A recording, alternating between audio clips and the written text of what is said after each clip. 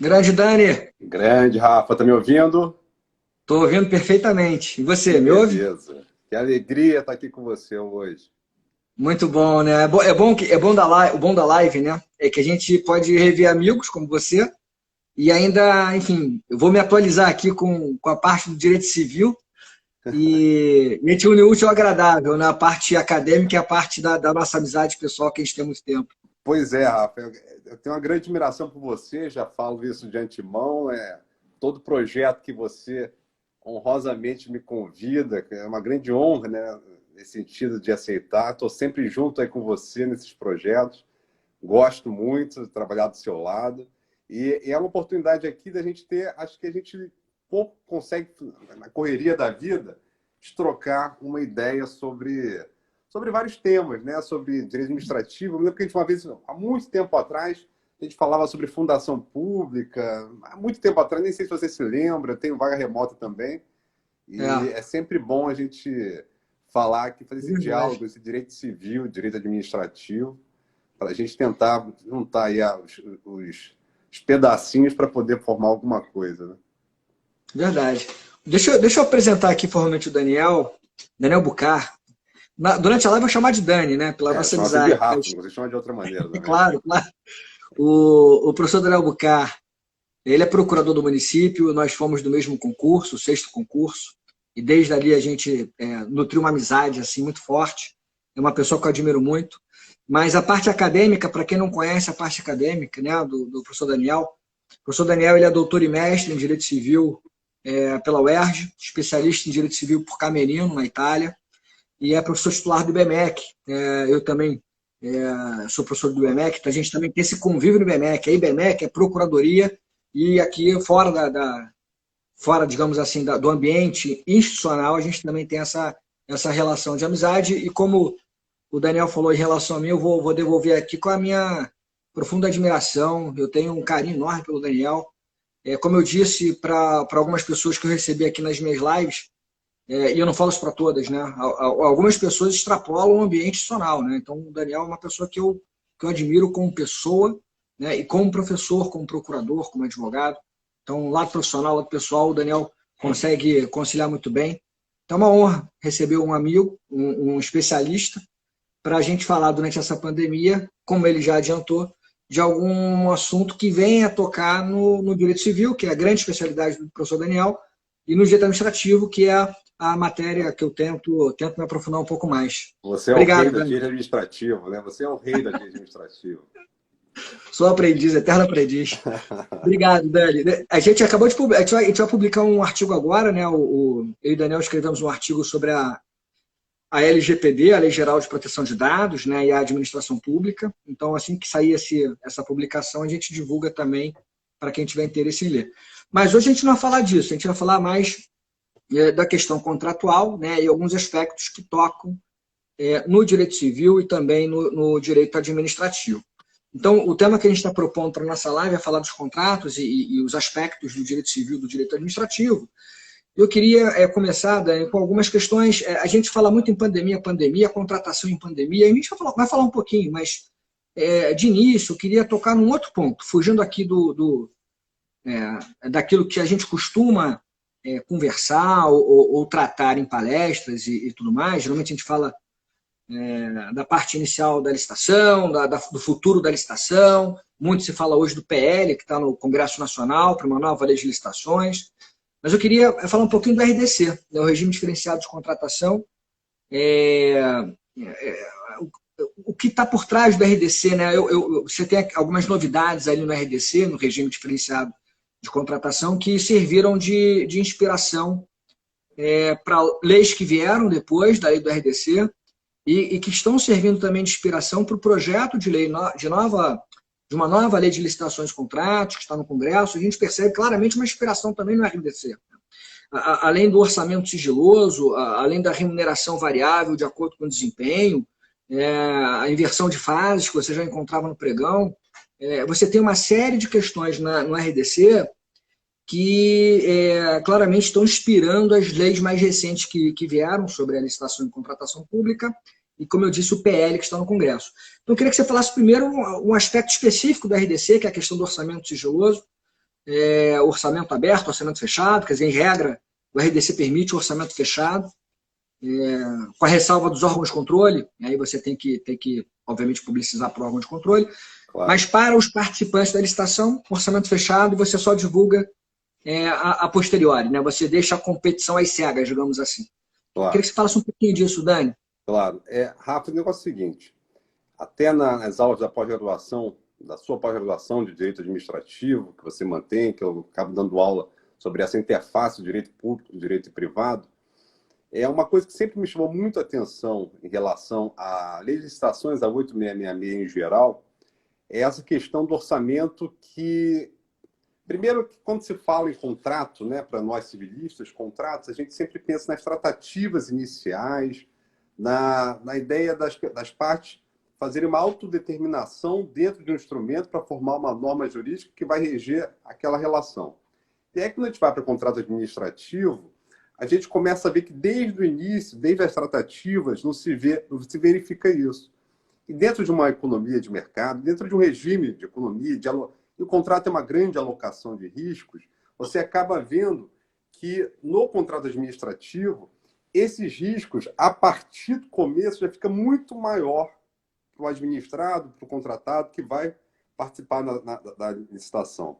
Você até menciona bastante no seu livro de licitações e contratos que a Lei 866 realmente ela cria uma burocratização gigante a ponto das empresas terem até que contratar consultores ou toda uma máquina administrativa para poder participar de licitação, porque isso acaba naturalmente influenciando no risco, né? O risco vai precificar, vai naturalmente refletir no preço.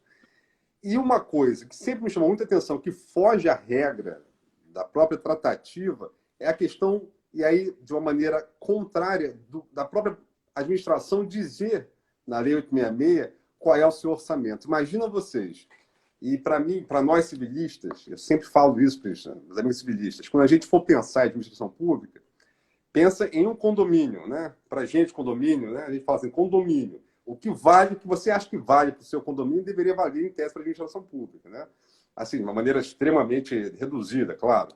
Claro. Mas você imagina que o seu síndico vai contratar a reforma da fachada do seu prédio e chega para as pessoas, faz uma chamada para 3, 4 empreiteiros e diz, olha, o meu preço é 100 mil reais.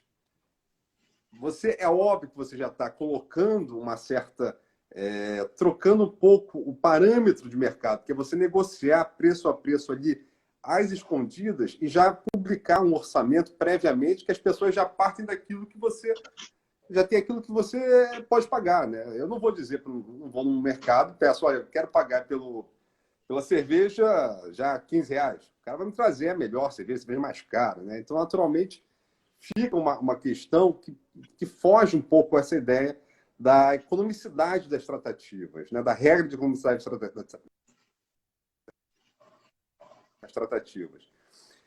E realmente o RDC, achei, quando eu fui, achei realmente, quando eu fui, eu não sei se travou agora.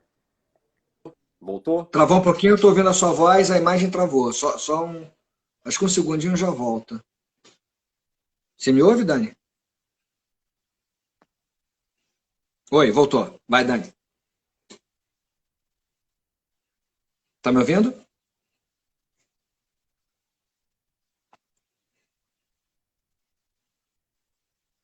Tá me ouvindo, Dani?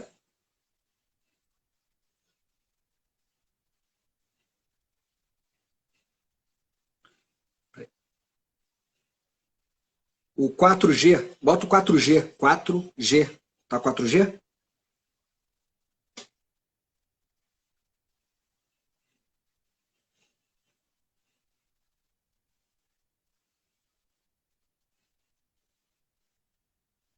Acho que botar o 4G, de repente.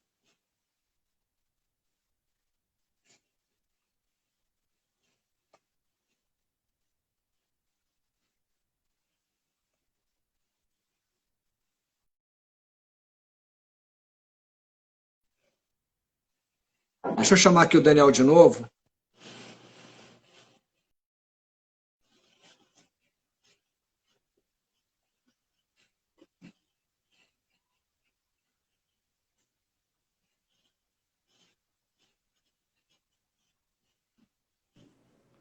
Foi?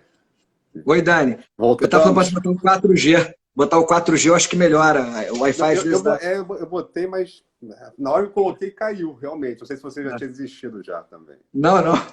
Você falava então dessa questão do orçamento sigiloso e você falava Do orçamento sigiloso. E que então, na RDC, naturalmente você depositando, né, o orçamento que você pretende como administração pagar em alguma autoridade, ou seja, Tribunal de Contas, que seja, que aí você pode justamente já ir para as tratativas, né, dentro de todas as limitações que a administração pública tem, ir para as tratativas com uma certa semelhança ao partir de determinado produto ou serviço antes de negociar justamente a contratação. O que você acha sobre isso, Rafa? Uma opinião disso também? Acho que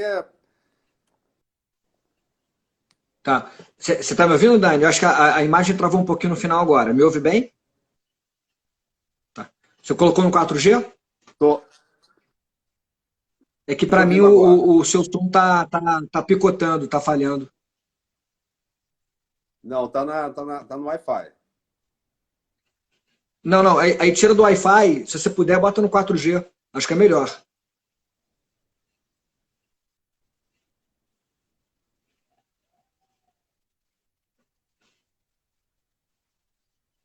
Vê agora, tá no 4G agora.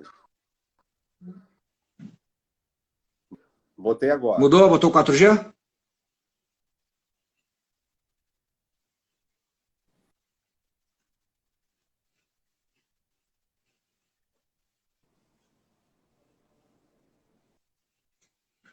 Melhorou, Dani? Me ouve? Tá ruim?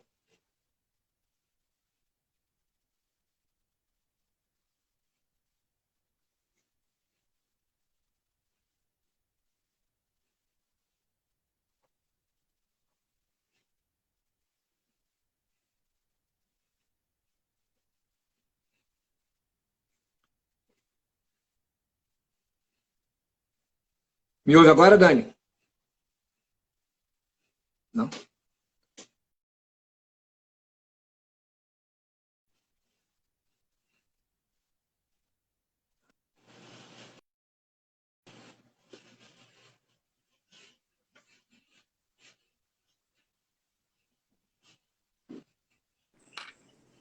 Tá me Oi, ouvindo? Dani. Tá me ouvindo? Perfeito. Tá no 4G? Não. Quando entra no 4G, trava completamente. Só tem um pontinho de 4G aqui em casa, Tem que pegar mal, tem um morro aqui atrás. Tá. Não, tudo bem. Mas acho que agora eu tô te ouvindo muito bem. Que bom. Que ótimo. Você trouxe a bola para mim, né, do RDC e do orçamento sigiloso, confere? Foi isso que eu vi na última parte. Exato. Exato. Não, eu tô contigo, eu sustento isso no meu livro de licitações e contratos. Essa, inclusive, é uma orientação da OCDE, a questão do orçamento sigiloso. Então, quando veio o orçamento sigiloso, eu me lembro que teve uma discussão, inclusive existe a ADI, né, a Ação Direta de Constitucionalidade no Supremo, que discute alguns aspectos da lei do RDC, e um dos aspectos ali discutidos é justamente o orçamento sigiloso, o que me causa estranheza, não só porque a orientação da OCDE e porque o orçamento sigiloso digamos, uma regra no direito comparado, mas é o que você falou na sua apresentação, quer dizer, é uma questão econômica, uma questão de lógica econômica, de disputa racional. Se a administração pública já apresenta, como ela faz na regra, o seu orçamento estimado, né, para aquela contratação, essa apresentação do orçamento estimado, previamente aos interessados, de alguma maneira induz esses comportamentos e induz as propostas que vão ser apresentadas. Então, existe aí, obviamente, um aspecto de economia, o preço que ele pode pagar. O Dani, todo mundo me ouve, pessoal? Está todo mundo me ouvindo? Ou o problema é só com o Daniel e comigo também? Oi, Dani. Estava te ouvindo, só mudei de lugar. Tá. Então, como eu dizia, né, O orçamento sigiloso ele traz não é só uma recomendação da OCDE, mas me parece que é o ideal, digamos assim, para a eficiência da contratação, porque tem uma lógica de economia comportamental. Quando o poder público apresenta o seu valor estimado, ele está dizendo, eu tenho tanto para pagar, independentemente do quanto vocês estariam dispostos a me cobrar.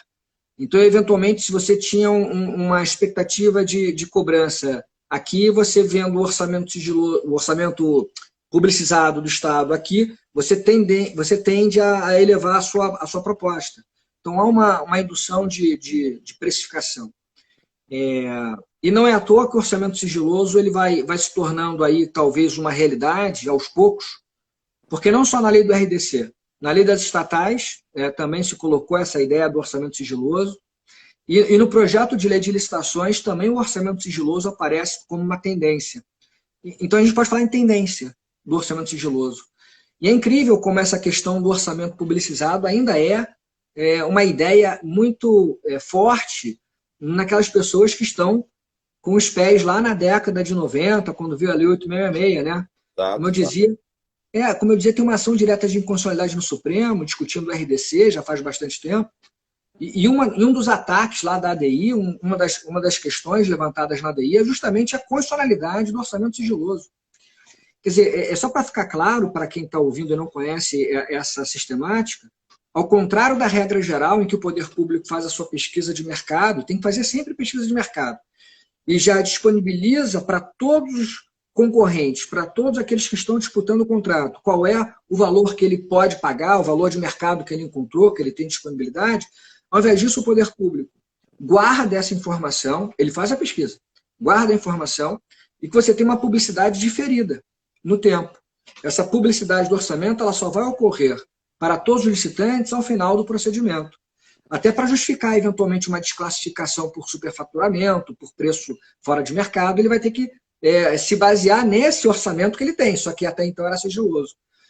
E essa regra é excepcionalizada do orçamento sigiloso para os órgãos de controle. Então, me parece razoável, né, o modelo que foi colocado e que está virando uma tendência. Exato. Dani, eu acho que tem outras questões do RDC que viraram tendência, não só essa, mas a questão da inversão de fases da licitação, que já era uma realidade no pregão, e se repete na PPP, se repete no RDC, e está lá no projeto de lei, também na lei das estatais. A questão da remuneração variável de acordo com o desempenho, que é o contrato de performance. Né? Isso é fantástico. Fantástico, né? Quer dizer, é uma ideia de você, na parceria com o particular, né, dividir os ganhos, digamos assim, incentivar a ele ter ganhos. Né? Se você bota um preço fixado, um preço pré-fixado, que vai sendo no máximo reajustado anualmente, você não tem maiores incentivos para ele fazer além do normal. Ele vai fazer o básico que está contratado. Né? Eu fico brincando, o poder público bota a cenourinha na frente do coelho, e à medida que o coelho vai chegando perto da cenourinha, ele vai ganhando um pedaço da cenourinha. Então, assim, à medida que o poder público estabelece as metas de desempenho e o contratado vai alcançando essas metas, a remuneração dele é melhor. Então, ele tem um incentivo de ser cada vez mais eficiente. Acho que essa é uma tendência. E curioso, Dani, porque o RDC ele começou, digamos assim, tímido, né, porque as pessoas começou... As pessoas olhavam com muita desconfiança o RDC, né? Muita desconfiança. E quando veio a lei do RDC, para quem acompanha isso, percebeu lá na época, né, a lei veio, em princípio, com um objeto muito restrito de incidência. Basicamente, você só poderia utilizar o RDC para eventos relacionados à Copa do Mundo, para Olimpíadas e Paralimpíadas, e para alguma infraestrutura aeroportuária, né, naqueles aeroportos próximos às cidades que sediariam esses eventos esportivos. Lá em 2014, Copa do Mundo, 2013, Copa das Confederações, e 2016 também Olimpíadas e Paralimpíadas. Enfim, e aí a gente vai vendo ao longo do tempo que essa desconfiança inicial ela vai cedendo espaço, né? Porque se percebeu, em primeiro lugar, me parece, que o RDC ele acaba, na verdade, traduzindo muitas orientações que já eram comuns, por exemplo, no Tribunal de Contas da União. Quer dizer, muitas normas do RDC consagram orientações que já eram orientações colocadas no TCU.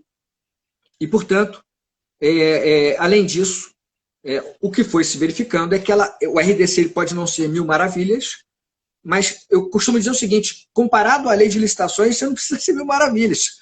É tudo uma comparação. Se você comparar com a lei 866, o RDC está anos-luz na frente. E não é à toa que ele foi sendo ampliado ao longo dos anos, né? Então, hoje você vai para o artigo 1º lá o artigo 1º, não, o artigo que fala da aplicação do RDC, deixa eu confirmar aqui. Exato, o artigo 1º. Você vai para o artigo 1º, hoje o RDC se aplica não só àquelas questões a obras e ações relacionadas obra de engenharia, serviços de engenharia em relação ao SUS, também em estabelecimentos socioeducativos, segurança pública, etc. Espera aí que o Dani caiu de novo aqui.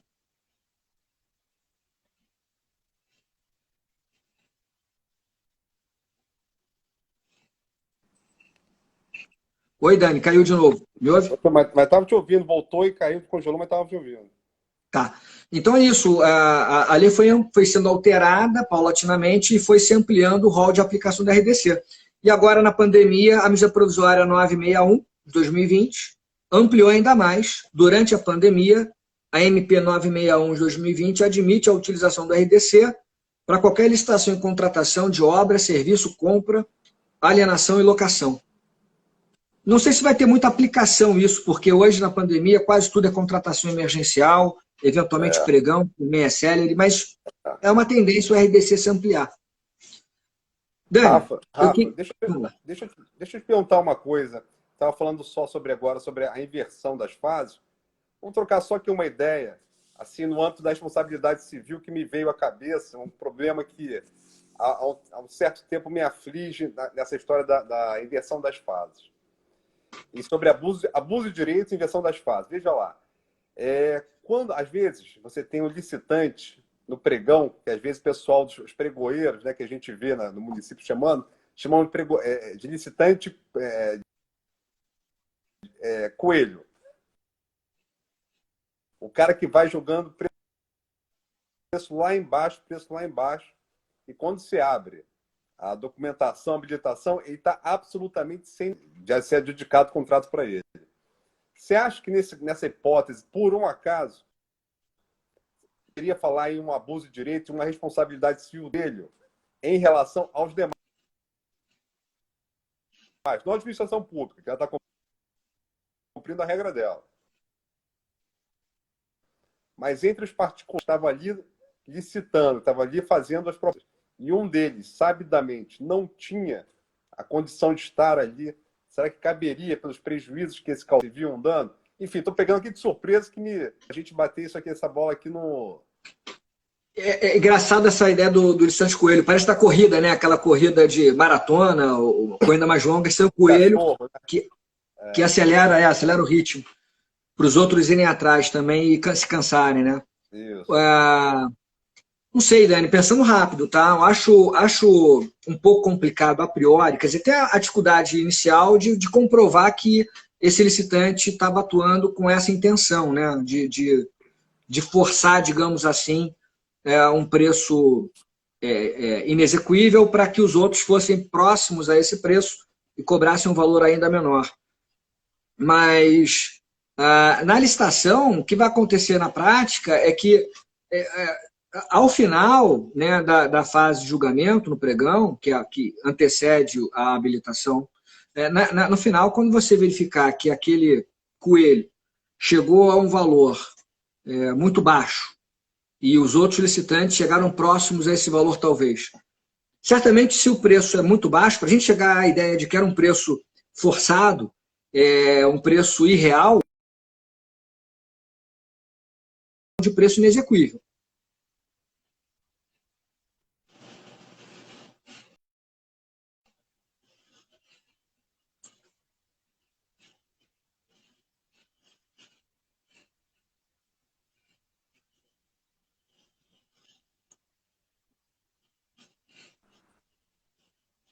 Vai e volta. Mas está ouvindo. Tá te ouvindo. Oi, Dani, me ouve? Ouço. Você me ouve? Ouço.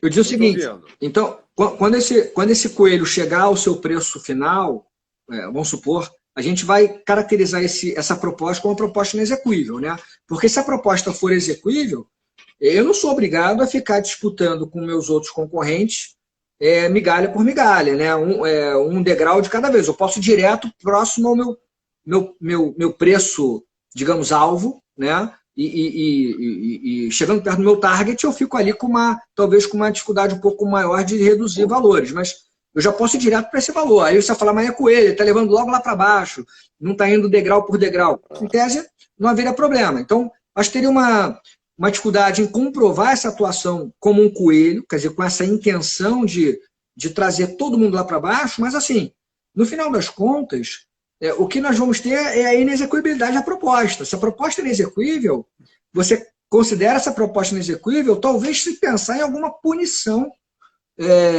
a partir da legislação do pregão, da lei de licitações, para essa pessoa que atuou e apresentou a proposta claramente inexequível. Quer dizer, ao fazer isso, ela tumultua o procedimento. Né? Então, ela talvez possa ser punida. Agora, uma responsabilidade dela, civil, perante os outros concorrentes, não sei, me parece um pouco complicado de se caracterizar, né? Quer dizer, o que os outros concorrentes têm que fazer, eu não posso passar daqui eu sei que eu não consigo, vai ficar abaixo, o valor que eu vou cobrar abaixo do valor do meu custo, vai ser...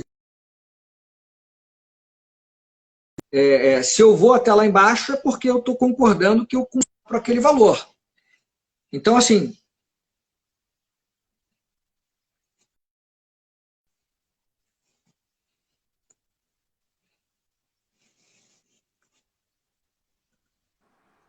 oi, Dani, só para fechar, caiu de novo. Eu acho que Estava só te ouvindo, estava complicado. te ouvindo.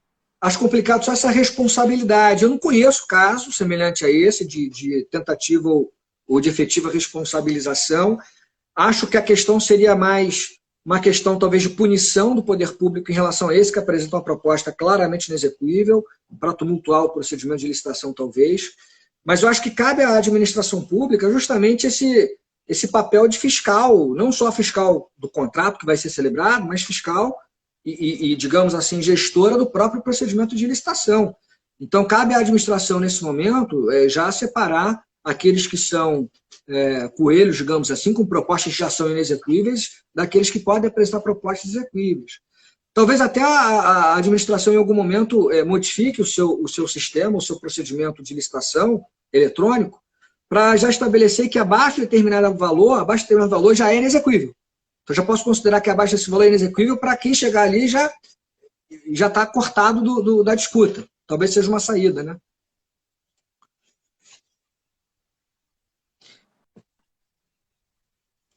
Dani, e vamos falar um pouquinho da habilitação na licitação em geral, saindo um pouquinho do RDC ou do pregão só, né?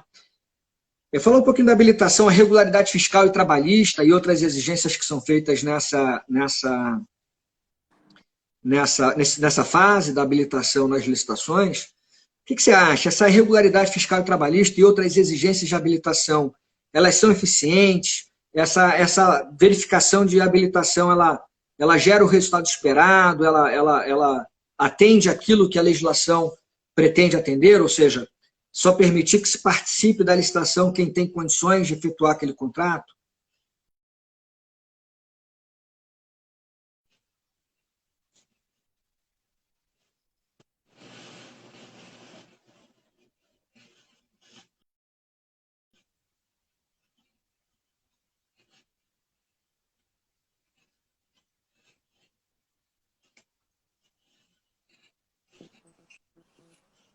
Está me ouvindo, Rafa? Estou ouvindo agora.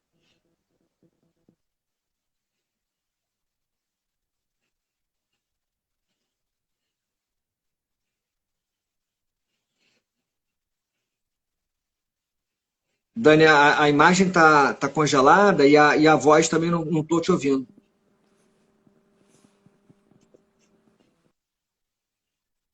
Às 22 eu tenho que dormir também, que amanhã eu tenho palestra de manhã cedo.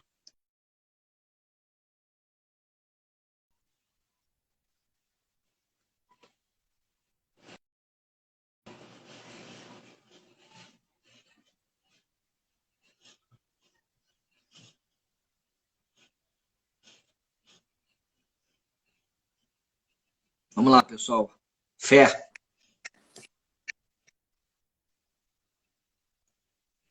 Oi, Dani. Tá me ouvindo agora? Agora eu ouvi. Agora eu ouvi. Tá difícil aqui a internet. Incrivelmente. Vocês estão me ouvindo? Senão eu começo a falar.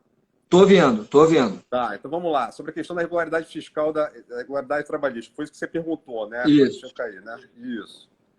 Tá. Essa é uma questão, Rafa, também é uma que a gente, no campo civil, no campo do direito dos contratos civis, na maior parte dos contratos civis, empresariais, é algo que não é questionado.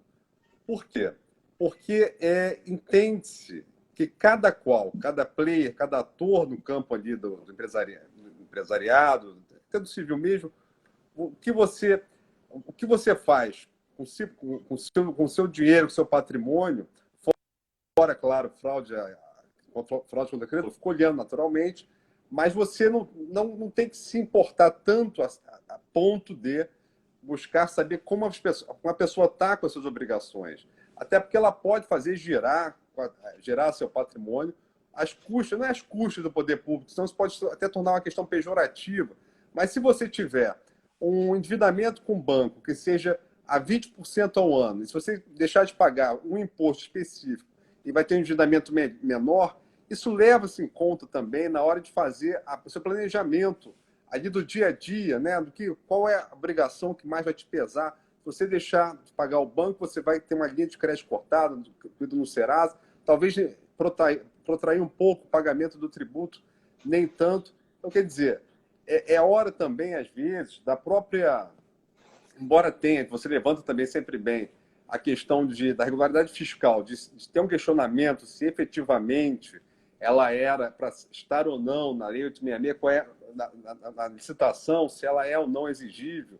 Enfim, tem algumas posições a respeito, mas a colocação da regularidade fiscal, porque às vezes, pensando até como o poder público como fomentador, como incentivador da própria economia. Às vezes, uma pessoa que está com uma certa dificuldade de pagar a tributação, se ela conseguir aquele contrato, ela vai colocar em dia e gerar mais riqueza, né? Fazer a produção correr mais. Então, isso é uma questão que, às vezes, também me coloca se efetivamente ela tem essa eficácia no campo econômico, se ela não trava e não faz também com que isso se reflita no preço, na medida em que, quando eu for comprar um computador aqui, eu vou no qualquer desses sites de busca, olho qual é o mais barato, vejo um ranqueamento dos consumidores para ver se aquela loja é ou não confiável, compro no preço mais barato, e quando você vai ver esse mesmo computador comprado por qualquer ente administrativo do país, ele às vezes sai com preço de 80%, 150% mais caro por conta de, talvez, de todas essas questões. Não digo, repito, não estou aqui fazendo uma homenagem, uma ode ao não pagamento de tributos, muito pelo contrário, até porque no concurso de créditos você tem o trabalhista primeiro, depois uma parte dos tributos, ou seja, então a gente dá como sociedade um valor importante de tributação. Mas tem que saber que a dinâmica da economia, o planejamento tributário por parte do empresário, por parte do particular, e que a administração pública não deve se colocar largo, né, por fora disso, porque justamente ela deixa de ter bolsões para ela na contratação pública, né? Então, essa questão da regularidade fiscal é algo que me chama a atenção.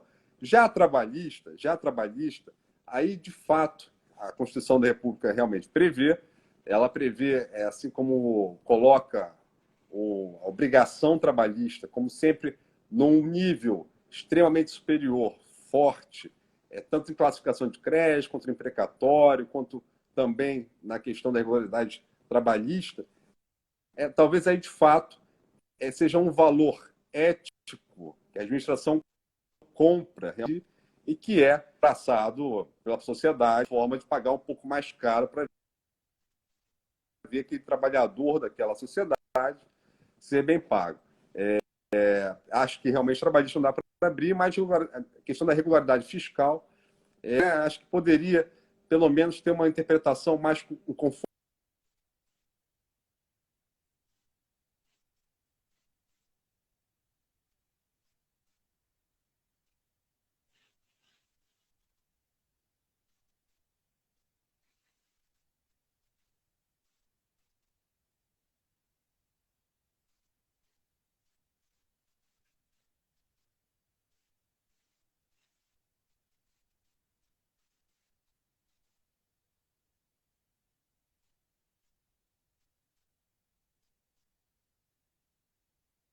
Você me ouve, Dani?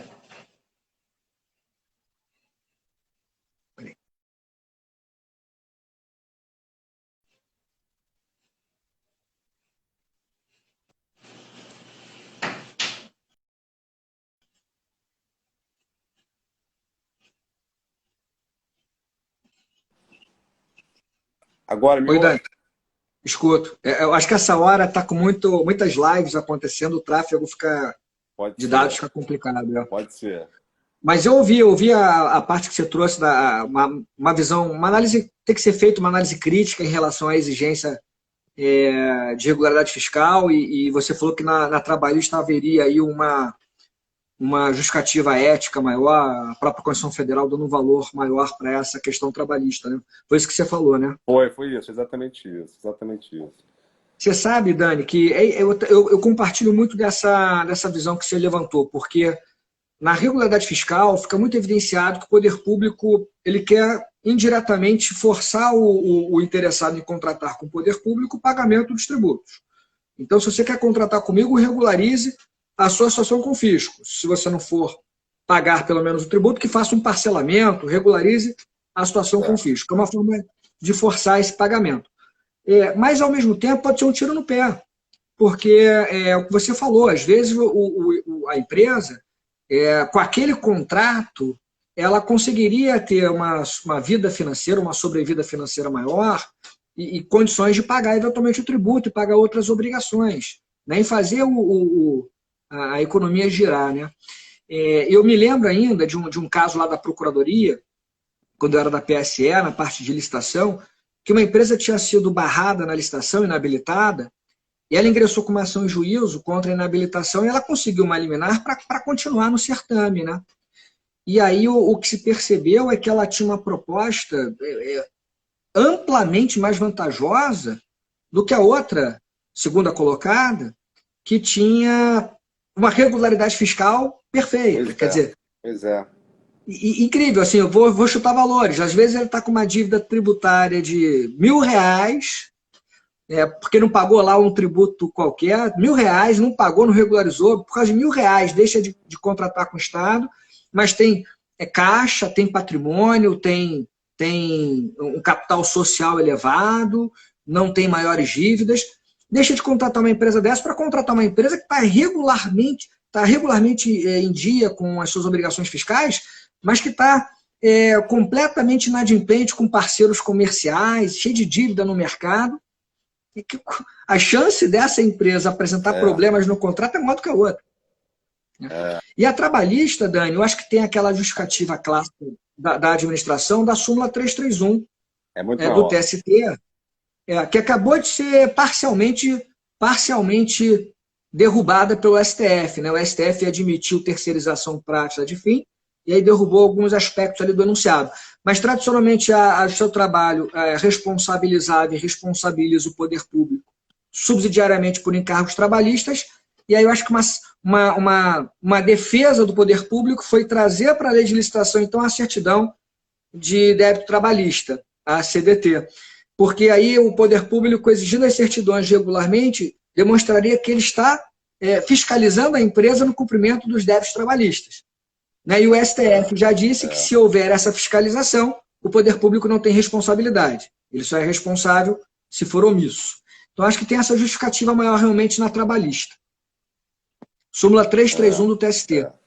Clássica súmula, né? Da terceirização. Clássica súmula. Enfim, Dani... Desde a época do nosso concurso, né? Desde a época do nosso concurso, e na prática, lá na especializada trabalhista, acho que 90% da discussão é súmula 331. Dani, a gente perdeu muito tempo por conta da questão do sinal, e eu faço questão de fazer uma outra live com você outro dia com mais calma, porque foi uma pena esses ruídos aí tecnológicos, né?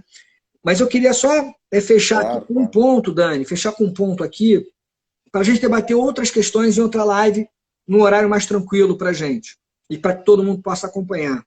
Queria só fechar aqui, que a gente tem mais ou menos 45 minutos já de live, falar rapidamente aqui do pagamento antecipado, né, que foi colocado na medida provisória 961 de 2020, para falar agora da pandemia.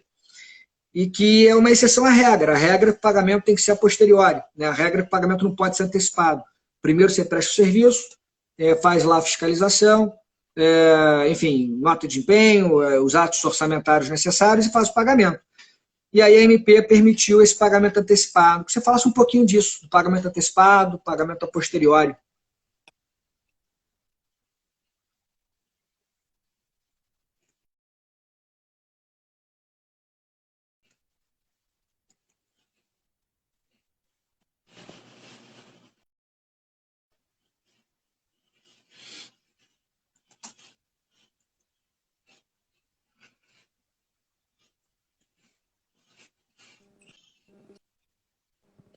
Vamos lá, Oi, deixa Dani. eu tentar pegar. Eu peguei a posteriori, não é isso? Isso, é que você falasse um pouquinho disso. A regra é o pagamento a posteriori, né? E agora a medida provisória admitiu o pagamento antecipado nos contratos administrativos durante a pandemia, o que já era permitido excepcionalmente pelo Tribunal de Contas da União, pela AGU, mas agora a MP trazendo essa possibilidade durante a pandemia de pagamentos antecipados. A questão do pagamento, que é em regra, que é a posteriori, conforme todo o processo burocrático para a efetivação do pagamento, empenho, liquidação, etc. Orçamento, empenho, liquidação, etc. e tal. E se não houver o pagamento, o particular ainda é submetido até um processo judicial que vai receber num precatório e lá na frente. Veja que é muito grande entre o contrato particular, entre privados, e o contrato com a administração pública no que toca ao pagamento, que, mais uma vez, também reforça a análise do risco pelo particular, que vai acabar, novamente, colocando no seu preço esse risco, né, do pagamento já é posterior, problema de caixa, que não é algo difícil na nossa vida, experiência administrativa brasileira. Isso pode entrar em restos a pagar, e depois de restos a pagar, você não sabe quando vai se levantar, vai receber, e aí colocar num precatório. Então, o pagamento antecipado, assim, e aí está agora, até pela MP 961, até bastante ousado colocar isso numa medida provisória, mas, claro, a gente está num momento de exceção, e aí o administrador tem que tomar algumas atitudes mais emergentes, mais enérgicas. Então, colocar o pagamento antecipado é algo interessante, às vezes com aquele parceiro da administração pública que está ali sempre. E aí você conseguindo retirar esse custo que é embutido no preço, do risco do pagamento frustrado, pagando, portanto, de maneira antecipada, é algo dentro de uma ótica de economia, de análise econômica daquele contrato, de alocação dos riscos, você realmente poderia colocar, passar a prever em situações que a administração pública colocasse uma pontuação, fizesse claro, com toda a justificativa administrativa, e permitir, portanto, que houvesse pagamento antecipado. Eu acho uma medida que, agora, nesse tempo de pandemia, não tem como ser de outra maneira. Até estou vendo aqui que a Natália Brasil até comentou isso mesmo, que sempre nos assiste. É um momento realmente de que não tem para onde fugir, mas que depois, até para um pagamento antecipado, você consiga melhores produtos e serviços para a administração pública, atraindo aqueles atores que, por vezes, se colocam à parte, né, que não gostam de contratar com a administração pública, justamente risco no fluxo de caixa, que é o que normal acontece nas relações privadas. Realmente acho interessante, bem interessante. Eu também acho, concordo, Dani. E como eu dizia, né, o pagamento antecipado não é a regra, digamos assim, no dia a dia ordinário da administração pública, mas já é admitido. Por exemplo, a AGU tem a orientação normativa 37, que traz lá parâmetros para pagamento antecipado, excepcionalmente. O próprio TCU tem um acórdão clássico, que é o acórdão 1341 de 2010, decisão plenária do TCU, que admite também pagamento antecipado com alguns parâmetros, com exigência de garantias, etc. E eu vejo assim, a medida provisória a medida provisória 961 de 2020, quando prevê o pagamento antecipado, traz lá algumas cautelas. Claro que não é também pagamento antecipado para a empresa lá, Claro. enfim, você não tem nenhuma garantia, vai lá, paga e não sabe se vai ver o serviço ou bem. Tem lá as garantias que você vai ter que exigir, algumas cautelas, mas enfim, já é uma possibilidade. Eu acho que agora ela se coloca como uma regra durante a pandemia, a exceção vira regra. Pós-pandemia, eu acho que, falei isso outro dia numa outra live, a gente está vivendo um momento de experimentalismo jurídico, porque a gente tem que tomar medidas jurídicas extraordinárias, no momento extraordinário, Pois que é. me parece que pós-pandemia a gente vai olhar para trás para ver o que a gente fez e, eventualmente, a gente vai trazer algumas experiências jurídicas boas e outras ruins. Exato, E, exato. e as experiências boas podem ser incrementadas. Não digo que seja uma regra geral, até pode virar uma regra, mas certamente esse debate do pagamento antecipado ele vai ser intensificado depois da pandemia. A relativização que se faz também nas contratações emergenciais, por medida provisória, que alterou a Lei 13.979 de 2020, eu acho que é uma outra questão que pode ser repensada também no futuro. Então, eu estou contigo, acho que o pagamento antecipado, atrelado a algumas cautelas necessárias, pode. Então, você permite.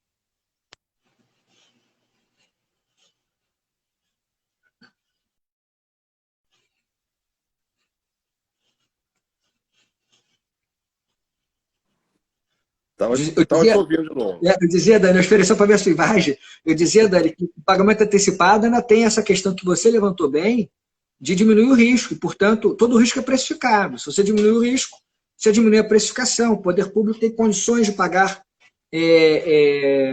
menos, né? Enfim, Claro, claro. acho que tende a virar uma... Eu não estou dizendo que tende a virar uma regra geral, pode ser, não sei, vamos ver como é que fica o debate, mas certamente vai ser incrementado o uso do pagamento antecipado, acho que pós-pandemia. Dani, a gente chegou a 50 minutos de live, então a gente tem um limite de tempo, e a nossa conexão hoje, infelizmente, não foi Não tá boa. ideal. Uma pena. Não foi, mas eu fico triste por um lado, porque a conexão não funcionou tão bem, feliz por outro lado, porque a gente conseguiu chegar até o final, aos trancos e barrancos tecnológicos, e eu fico feliz duplamente, na verdade, porque isso justifica uma outra live nossa, então a gente vai se encontrar novamente para fazer uma outra live. Mas acho que valeu a pena, apesar desses ruídos aí tecnológicos, conexão, né? Eu consegui aprender muito sobre esses assuntos que nós tratamos, sobre o aspecto civilista. Eu acho que o direito civil e o direito administrativo dialogam muito, especialmente em matéria contratual. E eu tenho alguns temas para a gente abordar, eu queria depois abordar numa nova live, reequilíbrio do contrato, dever de renegociar contratos, que é um tema que está na moda na pandemia. Então a gente marca uma nova live, Dani, para falar sobre esses assuntos, eu divulgo no Instagram, você no seu Instagram, e num dia que a conexão nos ajude, espero, né? Que a gente tenha uma conexão melhor do que a de hoje. Tá bom, Dani?